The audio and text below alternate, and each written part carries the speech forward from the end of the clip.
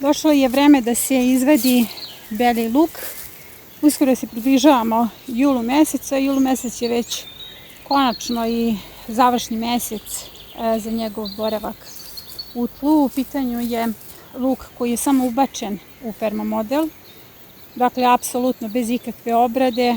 Samo sam ubacila čenove i povremeno samo dodajem seno i naravno ako se tu pojavi neka trava u višku, ja tu travu izvadim i sada je vrijeme da se izvadi i beli luk. Ovdje već imam neku mešovitu sadnju, ubačene su kupusarice koje su se krile sve vrijeme od stenica i evo, uspjela sam nekako da ih sačuvam ovdje. Visoke mahunarke. Ovdje su također visoke mahunarke. Gdje god izvadim luk, ja tu ubacim visoku mahunarku, pakliđa neki. Suncokret će uskoro procvjetati. Neki su kukuruzi tu ubačeni, ali je suština da nakon luka, koji je u drugoj kategoriji plodoreda, idemo sa smenom kultura. Dakle, vadimo jednu biljku i smenu kulture sa ostalim biljkama. Kako ću to da uradim, vidjet ćete u ovoj epizodi.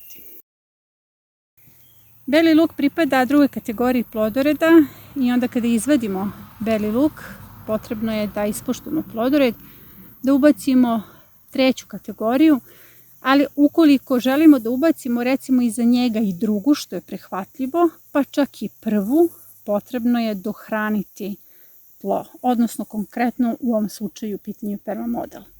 Šta ubacujem nakon što izvadim beli luk, kako ću srediti, odnosno nadograditi ovu gredicu, pokazat ću vam u ovoj epizodi. Ovo je ozimi luk, inače sorta Bosut, koji je ubačen u permamodel, kao što sam rekla, samo je ubačen i sada ga vadim, nisam imala neke obaveze, odnosno neke poslove oko njega. Permamodel je dobro uhranjen. Inače, čim procveta, ovako kad se formiraju ove cvetne glave, ja vadim beli luk, zato što će to puno da iscrpi glavicu koja se nalazi u samom tlu. Ove cvetne glave su jestive, ostavit ću jednu biljku koja će formirati onako male sitne lučice koje ću ja dalje da sadim. Ali je bitno da iskoristite i ove cvetne glave i da na vreme izvadite lukove, da ih osušite i na taj način obezbedite sebi hranu za čitavu sezonu, jer luk nije samo hrana, on učestvuje u pripremi mnogo preparata. Inače, sve ove perce su izvor sumpora i idu tekuće biljno đubrivo, o tome ću nešto više u daljem toku epizode. Sada ću da izvadim sav beli luk i idemo sa smenom kultura. I vrlo se lako vadim. Evo, vidite, zato što je u permamodelu. Znači, bukvalno ovo je nešto jači, ali da, zato što je mnogo krupniji. Uglavnom su krupne glavice. Vrlo sam zadovoljna, zato što je princip vrlo jednostavan. Kada vidim ljude da okopavaju luk, prosto me tuga uhvati, zato što uništava i tlo, a i sopstveno zdravlje. Evo ga, bez ikakvog okopavanja, hemije, odličan. Sa gredice je 1,20 m širine, 3 metra dužine, zapravo ovo je permamodel. Ja sam već puno belog luka brala i izvadila sam zaista fantastične primjerke. Uglavnom su svi primjerci jako krupni. Nije tu samo do sorte, u pitanju su idealni uslovi za rast biljaka, jer permamodeli su zapravo idealni uslovi gdje biljke mogu da se šire, rastu, imaju dovoljno hraniva. Permamodeli su živi, u pitanju je saradnja sa tlom i obezbeđuju dovoljnu količinu hrane. Kada sam inače počinjala s baštovanjstvom, dobila sam informaciju da beli luk treba i nekoliko puta da se okopa kako biste uopšte mogli da uberete, ne znam, neku ovako finu glavicu. Meni je to odmah predstavljao veliki problem, zato što znam da kopanje uništava tlo i sve sam uspela da uzgojim upravo u Nordic sistemu. Ali Nordic sistem nije nešto u što možete da upadnete preko noći, o čemu možete pričati tek tako. U pitanju je proces konverzije tla, biljke i samog uzgajivača, zato što je jako bitno da se ti sistemi zapravo poslože i postave. Sada će se ovaj beli luk malo prosušiti, onda ide na dalje sušenje u jednoj mračnoj i hladnoj prostoriji, ali ću pre toga da ga orežem, da uzmem ono što je višak. Ukiselit ću ove pupoljke koji su fantastični, pripremit ću tekuće biljno đubrivo i naravno sada me očekuje ovdje setva i presadnja. Sada kada sam očistila luk, odnosno ja sam njega izrezala ovako i vezat ću ga u snopove, sušenje po 4 ili 5 i okačit ću na neki štender da se dosuši, ali hoću da vidite da je sve od luka upotrebljivo. Cvetne stapke sam izrezala upravo ovako i sve ovo može da se koristi za kuvanje ili da ukiselite. Ja ću da uradim jedno i drugo. Kiselite po bilo kakvom receptu, recimo kako kiselite krastavci, samo poređate u teglu, prelijete tim rastvorom koji napravite i pasterizujete, fantastično i vrlo jako za neki zimski period. I ono što je ostalo jeste resurs, sve ovo ide u tekuće biljno đubrivo za pripremu đubriva na bazi sumpora. I kada je u pitanju sumpor diže imunitet biljaka kod pojave recimo plamenjače, pepelnice, odnosno kod tog narušavanja predatoskog lanca kada su u pitanju gljivice. Znači vrlo je važan konkretno za paradajz, tikvice, paprike, krastavce. Moja šaka otpora. Da vidim vašu. Evo da vidite, cvekle u perma modelima odlično napreduju. Mislim da sam skoro snimila ovu epizodu gdje sam ubacivala i male cvekle. U pitanju su onako male orezane sadnice i vrlo brzo napreduju. Ovdje imam jednu dinju, patliđane, tu su ubačene paprike. Evo da se ja pomerim pošto je loše svetlo. Paradajzi, ali ove cvekle su konkretno bile baš male bebe pre nekih 20 dana i jedna kiša je bila dovoljna da to krene jer permamodeli su dobro uhranjeni. Upravo ću da iskoristim sadnice koje imam iz majskog rasadnika da prebacim iza belog luka.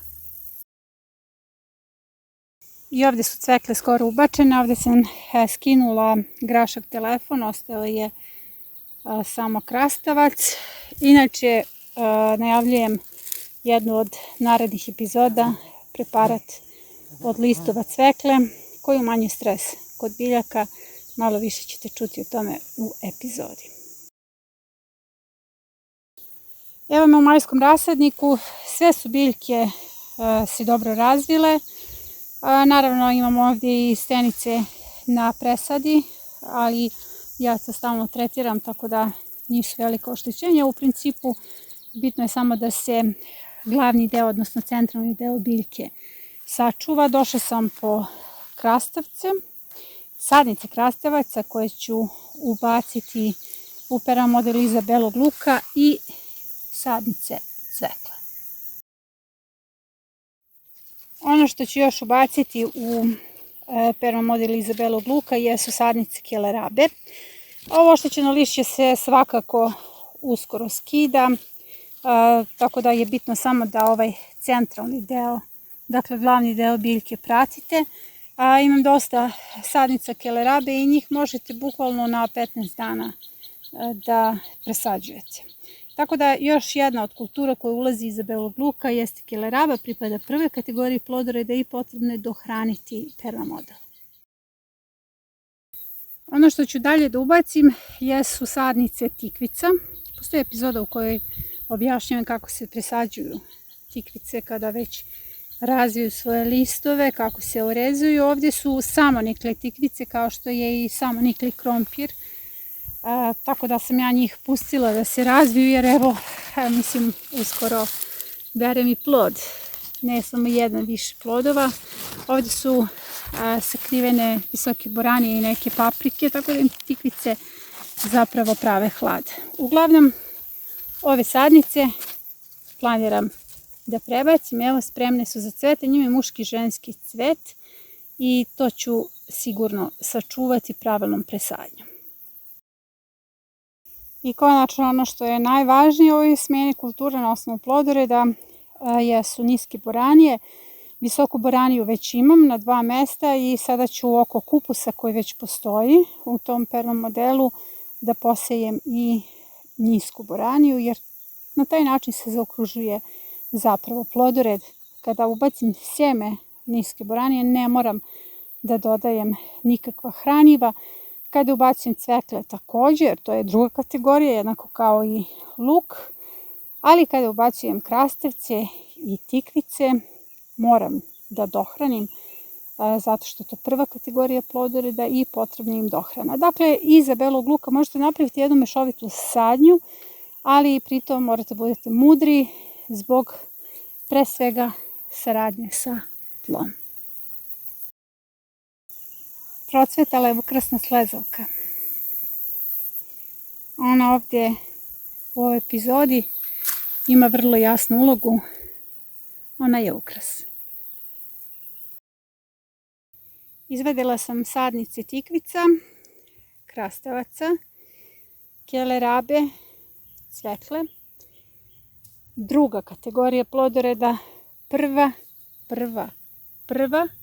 Vrlo je bitno da učite kategorije plodoreda zbog saradnje sa tlom. Sada ću sada pogledajte kako izgledaju ove biljke i sada ću ja njih da orežem i da pripremim za presadnju kako bi se biljka bez stresa primila. Jer ako recimo bacite ovu sadnicu cvekle ovako, čitavu, postoji epizoda koja objašnjava kako se presađuje cvekla, pa je potražite na YouTube kanalu, ali ako ubacite čitavu sadnicu cvekle, to je pre svega loše motivaciono za vas, jer će sav ovaj list da padne, cvekla će biti mlitava, zato što je potrebno puno hrane da jednostavno nahrani ovu lisnu masu. Zato se ona orezuje, skida se svo ovo lišće, ja to ne mogu da radim jednom rukom, ostaje samo centralna zona. Tako će biti i sa kelerabom, ostavit ću centralnu zonu, jednako s krastavcima i sa tikvicama. Sad ćete vidjeti kako to izgleda orezano, jer ne mogu da orezujem i da snimam, potrebne su mi obe ruke. Ovo su sada spremne sadnice, vidite kako sam sredila tikvice, jer je potrebno da se povuče hrana za plod list i krenut ću novi listovi sa ove strane, o tome pričam u epizodi letnje presadnja. Evo vidite krastavce sam također orezala potpuno. Skinula sam sav višak listova i planiram duboko do ovog lista, da ih sadim, vidite koja je to dubina, da bi se primili. Evo to sam isto uradila i sa ovim krastavcima, jer njemu zapravo život se nastavlja iz ovog dela, iz bočnih, evo ih, iz bočnih, pazušnih tih jamica i njega planiram duboko da posadim. Isto sam uradila i sa ovim krastavcem. Evo cvekla, spremna da se primi i da naglo krene. I ovo su kelerabe. Također orezane, odbačen višak listova, sve to što opterećuje biljku da bi se primila, potrebno je da se eliminiše, jer hrana treba da krene naglo u koren i u ovaj centralni deo, u centralnu zonu kako bi biljka mogla da raste. Sve ostalo je višak. Sada idem da posadim svoj permamodel. Iza belog luka ostaju već jamice, potrebno je samo proširiti ih i dodati đubrivo. Ja sam dodala ovdje granulirano đubrivo, pa onda zemlju, zato što je koren sada već osjetljiv na direktan kontakt s đubrivom i kao što vidite u jedan grm ću posaditi krastavce. Ja sam njih bukvalno ukrstila u predelu korena i sadim ih duboko. do tih prvih listova. Evo vidite gde viri višak, odnosno ono što je iznad permamodela. To ću sve dobro da zalijem, ali je još važnije da se oni potpuno sakriju ovako travom, odnosno senom, i na taj način zaštita od jakog sunca, jer seno odbija udar sunca. Naravno sve ću ovo dobro da zalijem i to je to. Ovdje neću imati mrežu, ovdje ću pustiti da se krastavci razvijaju kao grm. Ovdje imam kukuruz, visoku boraniju, kupusarice koje su ubačene da se sakriju i sakrila sam ih uspešno. I sada ću samo da ih sve dohranim i idem dalje da popunim permamodel. Ja bukvalno koristim te rupe koje su ostale iza luka, koje samo malo proširim. Ovdje sam ubacila sadnice tikvica 2 zato što se nalaze na samom ćošku, pored jednog malog kokičara. U pitanju su patuljaste sorte i tu će se fino razviti grm. Pored se nalazi jedna sadnica kupusa i prosto će tikvica kupusu kasnije da pravi hlad. Kokičar brzo ide na berbu zato što te sorte dospevaju brzo, zapravo se kisele, tako da će ovdje da se slobodi prostor za tikvicu. Sada ću baciti kijele rabe, cvekle i niske mahunarke. Između 3 sadnice kupusa gnezdo sa niskom boranijom. Odlična pozicija, međusobno će se štititi i hraniti. Jako je sunce, iako je već poslepodne, ali evo, kada sve ovo dobro zalijem, te biljke će se primiti, ulaze u noć. Ono što je poenta ove epizode jeste da iz belog luka možete budete vrlo kreativni. Nemojte dopustiti da vam stoji tek tako neka greljica, zato što je ona završila vegetaciju jedne kulture u toj sezoni, već svaki deo vaše bašte treba da bude angažovan u službi proizvodnje hrane.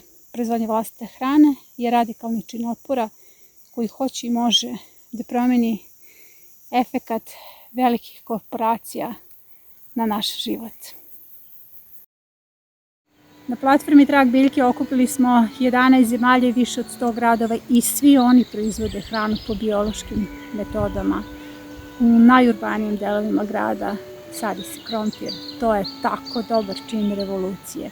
Postanite i vi najradikalniji čin otpora. Pozivam vas na neagresivnu građansku neposlušnost. Pozivam vas na baštovanstvo kao platformu kojom se menja planeta. Zapratite kanal.